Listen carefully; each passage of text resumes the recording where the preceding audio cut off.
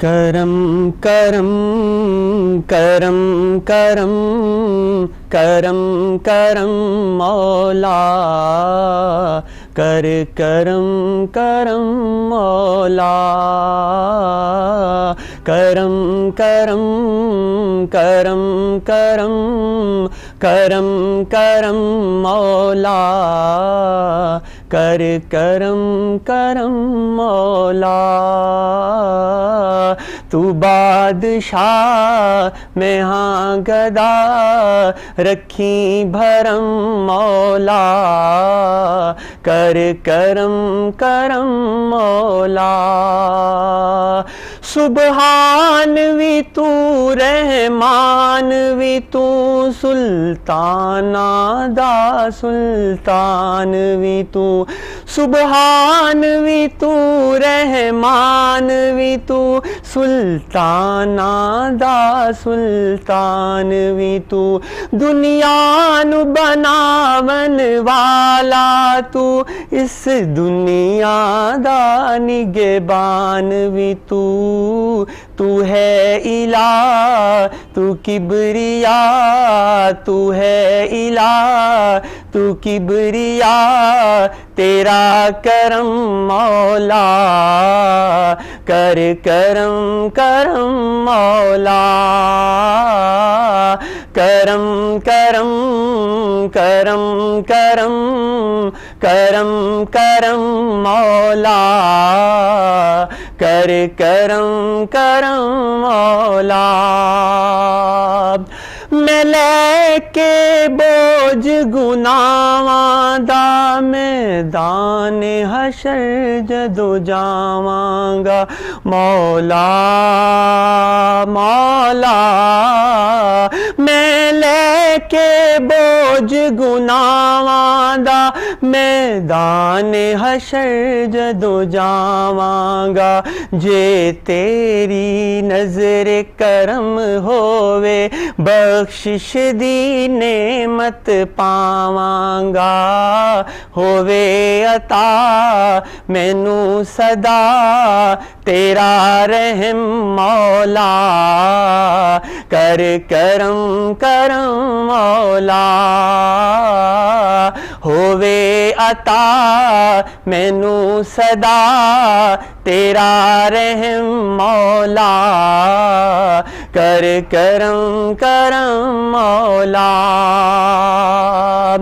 ایک حسرت میرے دل دیے اے مولا، پوری فرما دے مولا مولا، ایک حسرت میرے دل دیے اے مولا، پوری فرما دے، مینوں آقا دی نسبت دے صدقے، انعام دا رستہ دکھلا دے، عاشق رواں سرکار دا جنم جنم مولا، کر کرم کرم مولا، عاشق رواں سرکار دا جنم جنم مولا، کر کرم کرم مولا،